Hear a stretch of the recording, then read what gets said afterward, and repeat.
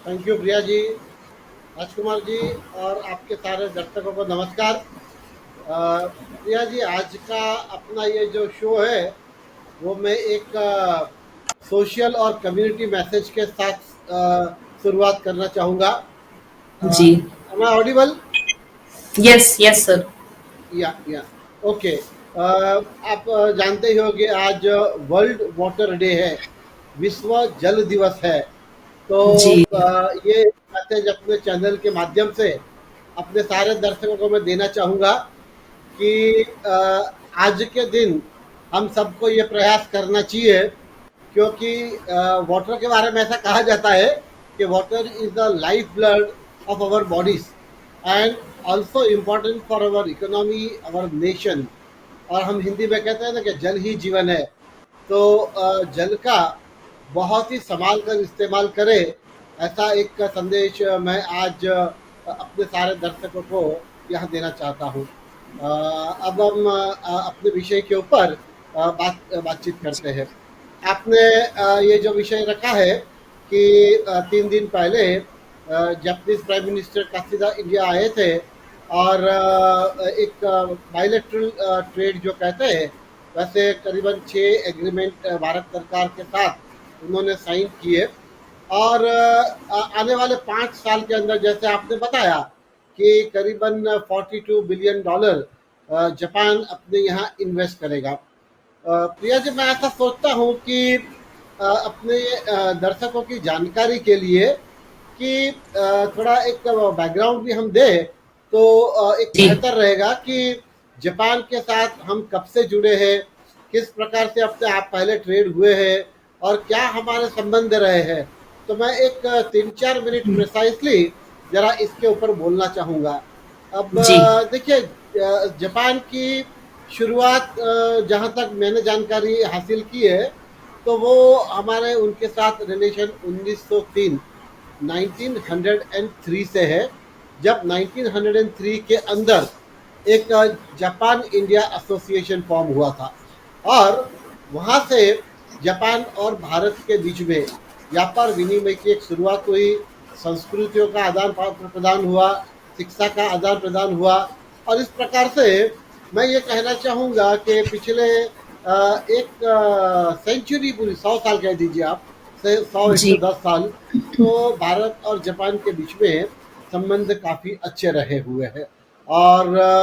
और कुछ थोड़ी जानकारी मैं इंफॉर्मेशन और डेटा दोनों दूंगा, तो आज के संदर्भ में बात करने के लिए हमको थोड़ा जी सुलभ हो जाएगा।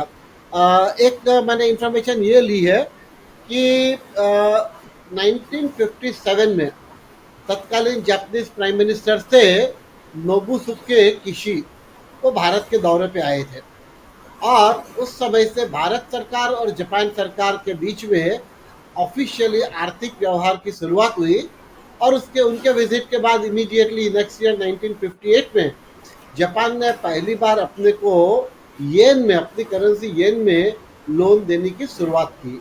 तो उस एंगल से भी अगर हम देखते हैं तो हमारे सरकारों के बीच के भी बिजनेस लोन्स के व्यवहार जो है उसको भी करीबन 60-65 साल होने को आए हुए हैं। तो that way we can say कि Japan is our very good partner, our very good friend as far as the growth and development story of our country is concerned, and they are keen to pump in, invest in money. Okay. अब जी कुछ मैं आंकड़ेवारी आपको दूंगा जिससे Japanese government का focus India के ऊपर पहले भी था, आज भी था। उनका विश्वास इंडिया के ऊपर बढ़ा हुआ है, इंडियन गवर्नमेंटों के ऊपर विश्वास बढ़ा हुआ है। तो उसके भी कुछ आंकड़ेवारी डेटा मैं आपके साथ शेयर करूंगा। अब जी 2014-19 2014-19 ये जो 5 साल की टर्म थी, वो 5 साल में जापान ने इंडिया में 3.5 ट्रिलियन येन का इन्वेस्टमेंट किया था।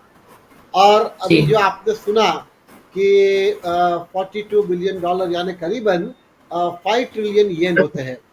तो जी ये समय में अभी ये आने वाले 5 साल के लिए they are putting, investing 5 trillion येन।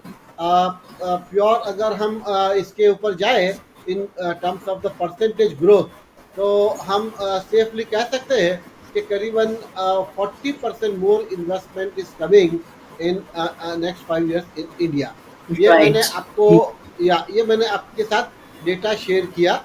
और अपने और इनके बीच में जो रिलेशंस है, राइट फ्रॉम 100 years टू आज की स्थिति में मैं आया जब वो 42 बिलियन जी, डॉलर की हमने बात की। ओके, अब जापान एक फाइनेंशियली एक सबसे स्ट्रॉन्ग कंट्री है। उसका उसका एक कारण आप ये सब लोग जानते हैं कि जापानीज बैंकों के ब्याज इंटरेस्ट के जो रेट होते हैं वो दुनिया में सबसे कम रेट है। तो जापानीज गवर्नमेंट जब दूसरे देशों को जब ऋण देता है ना, तो जिसको हम कहते हैं ना कि ऑलमोस्ट फ्री जैसा, यानी 0.1% या 0.2% के बेसिस के ऊपर वो ऋण देते हैं। तो जापान को दूसरा एक चीज के लिए मैं हमेशा सराहना करता हूँ। देखिए, ऐसा है कि वर्ल्ड वॉर 2 के बाद 1945 के दौरे में अमेरिका ने तो जापान के ऊपर न्यूक्लियर बॉम्ब फेंके हुए थे, नागासाकी हिरोशिमा के ऊपर। वो दोनों जी, सिटियों को लगभग जापान को उन्होंने तबाह कर दिया था। और हम 1947 में यानी 2 साल बाद हम भी इंडिपेंडेंट हुए थे। वर्ल्ड वॉर 2 के बाद दुनिया के कई देश संघर्ष कर रहे थे अपनी कंट्री को, इकोनॉमी को रिवाइव करने में। लेकिन मेरा अपना एक ऑब्जर्वेशन, ओपिनियन, ये स्टडी करने के बाद ये रहा है कि दुनिया के यूरोपियन देशों कुछ है, विशेषकर से मैं कहूँगा तो जर्मनी कहूँगा। और अगर मैं एशियन कंट्री में बात करूँ तो जापान था, कि जिन्होंने एक 25-30 साल के अंदर काफ़ी अच्छा ग्रोथ कर लिया। और राजकुमार जी ये मार्केट को, फिनांस वर्ल्ड को 40-45 साल से देख रहे हैं, तो उनको भी ये जानकारी जी, होगी कि 1970 का जो दशक था तब Japan was leader in all electronic products. Japan के आप टेप रिकॉर्डर कह दीजिए, रेडियो कह दीजिए, उनके कैसेट्स दे दीजिए, वहाँ से लेकर आज भी हम बात करें तो इलेक्ट्रॉनिक आइटम, इलेक्ट्रिक्स के अंदर, ऑटोमोबाइल्स के अंदर Japan is very strong rich country है। तो जापान की इकोनॉमी इतनी स्ट्रॉन्ग है, और इसलिए जापान ऐसे कंट्री में अब अपना इन्वेस्टमेंट्स को बढ़ा रहा है जहां उनकी एक लॉन्ग टर्म पार्टनरशिप है, और जहां उनका भी एक कॉन्ट्रीब्यूशन होता है एक इकोनॉमिक ग्रोथ के लिए। अपना तो अभी 0.1% में है जब उन्होंने मुंबई मेट्रो 3 प्रोजेक्ट को फंडिंग किया है, और वो 15 साल का मॉरेटोरियम बेसिस के ऊपर है। तो उस तरह से मैं देखता हूँ कि जापान के साथ अगर ये हमारा रिलेशनशिप जो है ना, वो हमारे लिए तो डेफिनेटली फ़ायदेमंद है। सरकारों की दृष्टि से जैसे मैं हमेशा कहता हूँ ना कि बैंकों का काम ऋण देना होता है, और ऋण लेना किसी कॉरपोरेट के लिए, किसी देश के लिए, किसी सरकारों के लिए कोई गलत बात नहीं है। ऋण हर हर जी, व्यक्ति को, हर कॉरपोरेट्स को, हर सरकार को जरूरत पड़ती है। लेकिन उस ऋण का प्रोफेशनली, वाइजली हम किस तरह से इन्वेस्ट करते हैं, उस ऋण को हम अपॉर्चुनिटी में कैसे बदलते हैं, उस ऋण से हम इंफ्रास्ट्रक्चर डेवलप करके अपनी इकोनॉमी को कैसे ग्रो करते हैं ना, that is the most take away from the borrowing of the funds. Japan के जिस तरह से मैंने आपके साथ डेटा शेयर किया, तो ये एक चित्र अपने सामने, एक पिक्चर ऐसा खड़ा होता है कि जापान हैज अ जी, faith in India and it is their preferred destination for investment. Priya ji, अभी मैं अभी के जो इन्वेस्टमेंट्स के ऊपर कुछ जानकारी दूँ और बात करूँ, उसके जी, पहले आपसे या राजकुमार जी से एनी टिप्पणी और एनी क्वेश्चंस, तो please please raise this. Priya ji, मैं इसके ऊपर कुछ इन्फॉर्मेशन जो है वो आपके साथ जी, डेफिनेटली शेयर कर रहा हूँ। और जैसे जी, मैंने जापान के इन्वेस्टमेंट की हमने बात की ना, तो मैं साथ जी, साथ एक इन्फॉर्मेशन और देना चाहता हूँ on a global level, global perspective से। तो मेरे पास एक 2020 का डेटा है। और राजकुमार जी, 2020 में जापान ने ग्लोबली उनका इन्वेस्टमेंट था $222.5 बिलियन वर्ल्ड वाइड। ये एक साल में उन्होंने इन्वेस्ट किया था। और उनका इन्वेस्टमेंट का जो लार्जर चंक जो हम कहते हैं ना, तो larger chunk was in European countries था एंड नॉर्थ अमेरिका में था। नॉर्थ अमेरिका कहेंगे तो यूएस और कनाडा हो जाता है। तो जापान की एक इन्वेस्टमेंट कैपेसिटी आप देख लीजिए। और मैं ये जो अभी बता रहा था ना कि हमारे साथ उनके जो इन्वेस्टमेंट के रिलेशंस, बिजनेस रिलेशंस चल रहे हैं, वो स्लोली और ग्रेजुअली डेवलप हो रहे हैं। अब आप ये डेटा अगर आप इन्वेस्टमेंट इनटू यूरोपियन कंट्री और भारत करोगे ना, तो उसमें वास्ट डिफरेंस है। यानी मेरा कहने का मतलब यह है कि आने वाले दिनों में, वर्षों में, ये बढ़ती हुई इकोनॉमी में हमारा और जापान के बीच का ट्रेड का, इन्वेस्टमेंट्स का जो दायरा है ना, वो और अनेक गुना बड़ा होने की संभावना रहती है। ये जो डेटा मैंने आपसे रिवील किया। अब प्रिया जी, आपका जो एक सवाल या आपको जो एक इन्फॉर्मेशन चाहिए थी, उसकी मैं जानकारी देता हूँ। आपने सही बताया कि जी जापान ने इलेक्ट्रॉनिक एंड ऑटोमोबाइल, वो दो सेक्टर के अंदर जापान एक ये कह सकते हैं कि they are the global leaders है। तो उस क्षेत्र में वो कंपनियां भारत में भी आई है, अनेक एशियन कंट्रीज में है, और उनका वो प्रोडक्ट उनसे ठीक चल रहा है, उसको एक्सपांड करते जा रहे हैं। लेकिन इस बार जो ये $42 बिलियन की बात की ना, तो उसमें स्पेसिफिकली एक 6 एग्रीमेंट उन्होंने साइन किए हुए हैं between the two prime ministers. तो ये जो कौन सा 6 क्षेत्र है, वो मैं आपके साथ शेयर करता हूँ। The G 6 areas which they have selected, उसमें से सबसे पहले जो है ना, वो डेफिनेटली उनका एक ऑटोमोबाइल है, क्योंकि ऑटोमोबाइल पे उनकी प्री डोमिनेंस है। जैसे हमने कहा, अब ये इलेक्ट्रिक व्हीकल ईवी आ रहे हैं, तो ईवी के लिए एक ह्यूज इन्वेस्टमेंट आएगा, ईवी कार के लिए, बैटरीज के लिए ह्यूज इन्वेस्टमेंट आएगा। तो उनका ऑटोमोबाइल सेक्टर जो है, वो तो कंटिन्यूस है ही है। दूसरी उसकी एक मोनोपोली रही है वो इलेक्ट्रिकल प्रोडक्ट्स के लिए। अब आपको पता होगा, एक उनकी एक पैनासोनिक ब्रांड ने, इंडिया की ही एक कंपनी थी जिन्होंने टेक ओवर किया हुआ है। तो इलेक्ट्रिकल आइटम्स के अंदर भी they are going to invest huge amount in India. Then telecommunication से, टेलीकम्युनिकेशंस के इक्विपमेंट से लेके, टावर से लेके, इंस्ट्रूमेंट से लेके, वो सारी चीज़ों में उनका इन्वेस्टमेंट आ रहा है।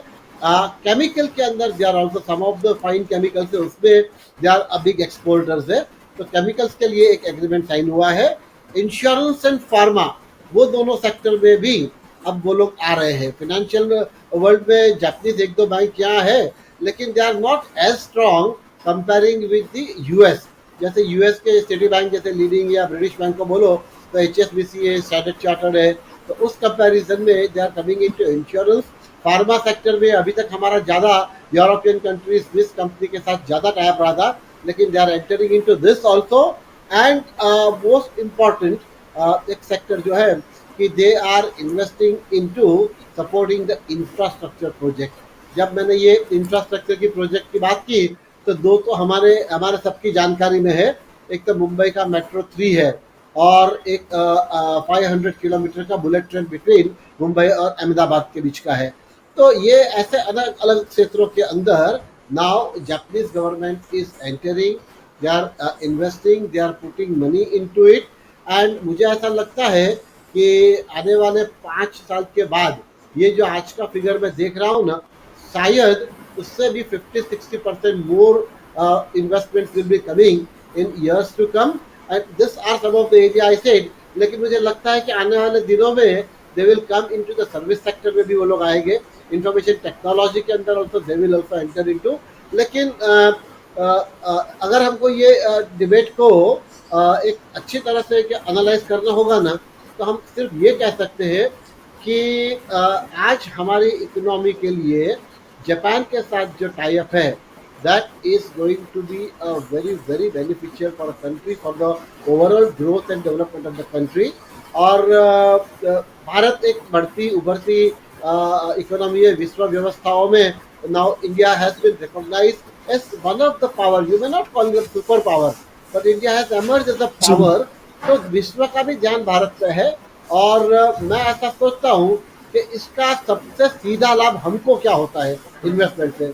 इकोनॉमिक्स का सिंपल जी सिंपल प्रिंसिपल है कि जब इन्वेस्टमेंट आता है तो नई अपॉर्चुनिटी लेके आता है, आपका इंडस्ट्रियल प्रोडक्ट्स बढ़ते हैं, आपके यहाँ गवर्नमेंट के इंसेंटिव्स की वजह से नए जॉब क्रिएट होते हैं, एम्प्लॉयमेंट क्रिएशन होते हैं, लोकल मार्केट को लोकल प्रोडक्ट सप्लाई करने के लिए सपोर्ट मिलते हैं, आपका लोकल बिजनेस ग्रो होता है, गवर्नमेंट को टैक्सेस एंड रेवेन्यू मिलते हैं। तो इन्वेस्टमेंट्स का प्रोफेशनल ढंग से हमने यहाँ लागू किया, तो मैं सोचता हूँ 5 साल के अंदर बहुत अच्छी स्थिति हमारी बन सकती है। नहीं, राजकुमार जी ने ये बिल्कुल सही बात बताया। देखिए, मैनेजमेंट की सक्सेस के लिए है ना, आपके बिजनेस के सक्सेस के लिए हम कहते हैं ना, चार इंपॉर्टेंट फैक्टर है। ट्रेडिशनली हम ऐसे ये कहते थे, land, labour, capital and organisation. आपको लैंड पर्याप्त मात्रा में उचित रेट में मिल जाता है, आपके पास अबेंडेंट लेबर है, कंपैरेटिवली चीप लेबर है with the other countries international standard, तो वो अपने बेनिफिट में जा रहा है। कैपिटल तो जो बिल्कुल जो सही बताया कि 0.1% के अंदर अगर आपको पैसा मिलता है तो ये जीरो जीरो बेसिस पे ही हो गया। और जो मोस्ट इम्पॉर्टेंट होती है, जो राजकुमार जी ने अभी जो लास्ट में मेंशन किया ना, that is the fourth important organisation. अब जब मैं ऑर्गेनाइजेशंस की बात करता हूँ ना, तो I don't see much of a different between the corporate organizations and the government organizations. End of the day दोनों ऑर्गेनाइजेशन है, एक कंपनी चलाती है, एक देश चलाती है। अगर कंपनी को भी आपने सब कुछ अच्छा बना के दिया लेकिन आपका मैनेजमेंट सही नहीं है, तो आपकी कंपनी लॉस में ही जाएगी। और वैसा ही कंट्री का है, कंट्री अगर आपके सही लोगों के हाथ में नहीं है, कंट्री अगर जी सही नेताओं के हाथ में नहीं है जो अपने देश की इकोनॉमी को, अपने देश की तस्वीर को बदलना चाहे, वो डिटर्मिनेशन नहीं होगा, विजनरी लीडरशिप आपके पास नहीं होगी, तो दिक्कत आएगी। When everything is in favour of you, तब भी आप कुछ नहीं कर पाते हो। ये बात बिल्कुल सही है। और इसके लिए क्या है कि ये जो सिचुएशन आज निर्माण हुई है ना, और दूसरी एक इम्पॉर्टेंट चीज ये है जो राजकुमार जी ने कहा, मैं उसको भी टच करूंगा। लेकिन ये जो विजिट हुई ना, उसके बाद मैं एक आर्टिकल पढ़ रहा था राजकुमार जी, जो मुझे बहुत, ये एक लाइन इंप्रेसिव लगी है, और I think that is going to be the key factor for strengthening India Japan relationship further. क्या है, what is the difference between the population of this two country? तो अब जापान में aged people, senior citizen is the largest population है, और India में the reverse है। India is a younger country. India में आज भी 60% पॉपुलेशन तो बिलो 35 है, तो हमारे पास जी यूथ है। अच्छा, कंपैरेटिवली विश्व में ये माना गया है कि Indian brains are reasonably intelligent brains. और इसके लिए तो आप जी देखते होंगे तो अमेरिका में भी आईटी जी इंडस्ट्रीज के अंदर सपोर्ट सिस्टम में द लार्जर पॉपुलेशन तो इंडियंस है। Indian software engineer, computer engineer you will find in America, working right from Microsoft to small scale IT company also.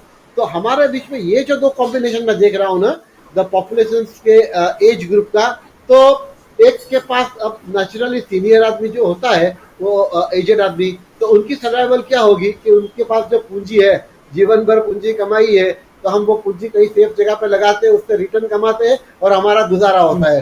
Japan के पास बिल्कुल वही है, उनके पास कैपिटल है, पूंजी भरपूर है, तो वो अपनी पूंजी कहीं लगाएंगे और वो अर्न करेंगे। हमारे पास लेबर फोर्स है, हमारे पास यंग जनरेशन है, हमारे पास टैलेंट है, तो ये सारी स्किल को कॉम्बिनेशन जब बैठेगा ना, तो I think it will be a win win situation for both the country. और एक पॉइंट अभी जो राजकुमार जी ने कहा था ना, मैं इसके ऊपर आता हूँ। जैसे प्रिया जी देखिए, ये this is one of the underlined by product of this summit which both the PM had. उसमें से एक ये था कि सुजुकी ने एक अग्रीमेंट एमओयू साइन किया हुआ है, where in they are going to invest 10,440 crore rupees in India। Okay, Suzuki company. दर्शकों की जानकारी के लिए कि उसको मैं डॉलर टर्म में भी बता दूं और येन टर्म में भी बता देता हूं। इंडियन रुपी जी 10,440 करोड़ है। अगर उसको जी इंडियन रुपी में गिनेंगे तो बिलियंस में 103-104 बिलियन है, और यूएस डॉलर के अंदर गिनोगे तो समवेयर इज 1.4 बिलियन डॉलर है। और जी ये जो अमाउंट उन्होंने यहाँ इन्वेस्ट कर रहे हैं ना, तो देखिए राजकुमार जी, आपने कहा ना कि India should not become the market for them, rather we should become the player and we should have the world as a market. अब यही चीज हो रही है कि दिस मनी ये लोग इंडिया में जो इन्वेस्ट कर रहे हैं for the manufacturing of electrical vehicle and electrical the vehicle batteries, उसमें बाइफर्केशन भी किया है। Around 3,000 crore rupees they are going to invest for productions of the car, and 7,000 something 7,300 crore for research and investments on batteries products। तो ये दो चीज, एक कहाँ मैन्युफैक्चरिंग होगी, तो गुजरात में ही होगी, जहाँ उनका अभी ऑलरेडी उनका प्रोजेक्ट चल रहा है मारुति का।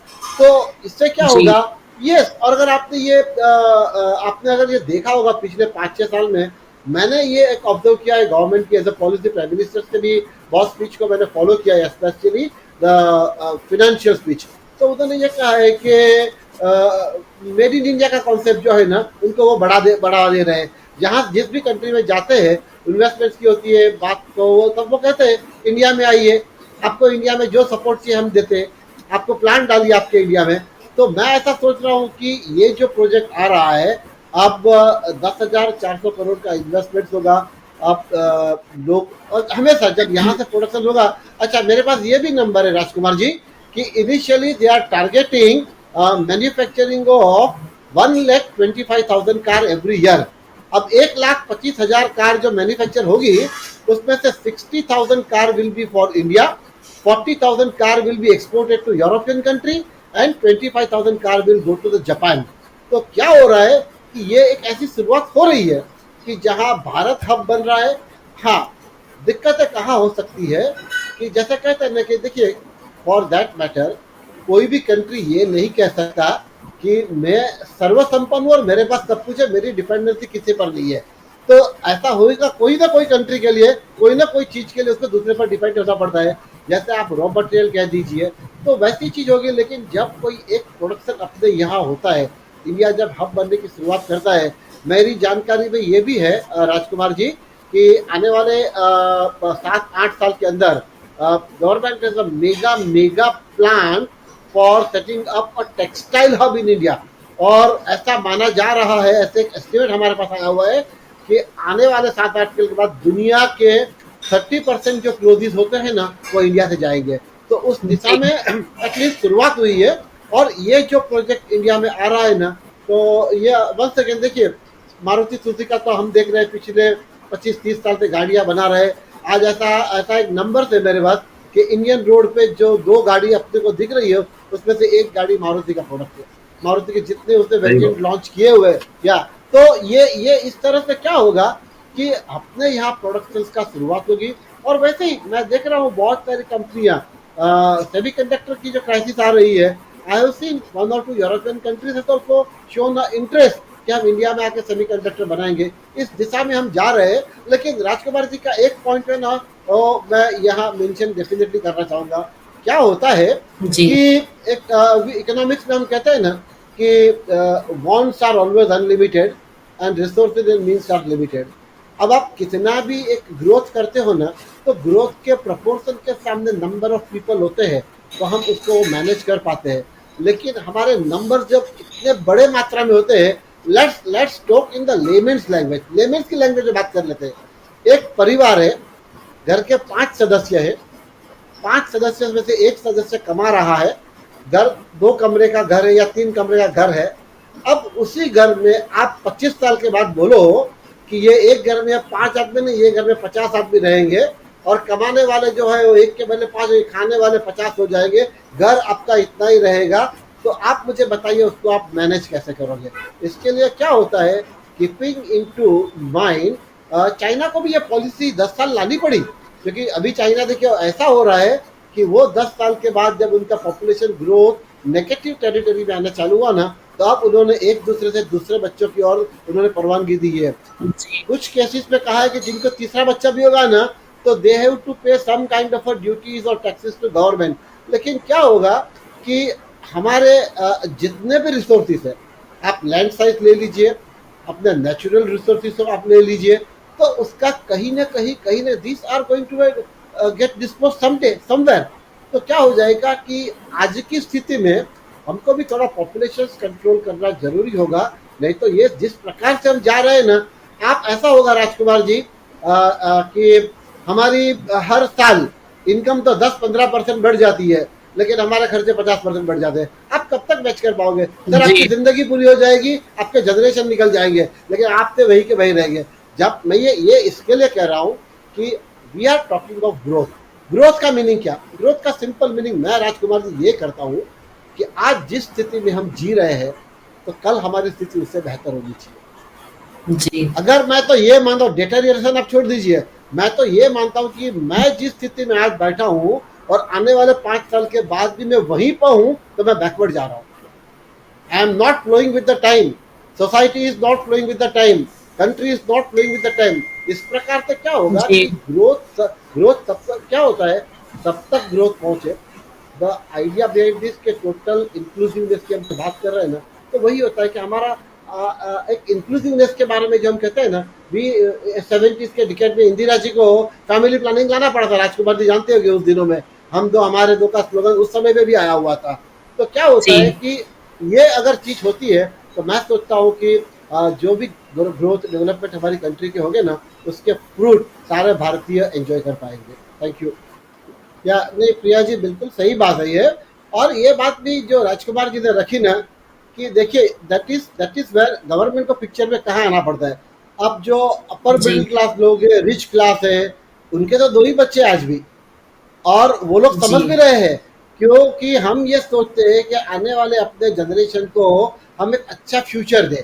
लेकिन एक एक समाज का एक ऐसा वर्ग है कि जहां आज भी 3 4 5 बच्चे पैदा होते हैं।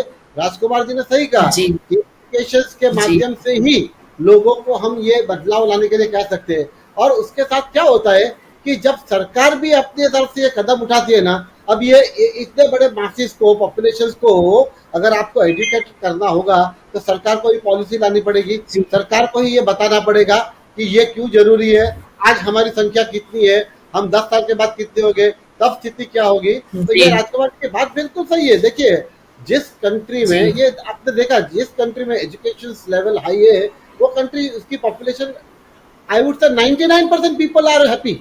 99%। तो बात बिल्कुल सही है। और अगर ये अपने ग्रोथ एंड डेवलपमेंट की स्टोरी में एक एजुकेशन भी ऐड हो जाता है ना, तो we will see the truly a prosper India in coming years. Thank you.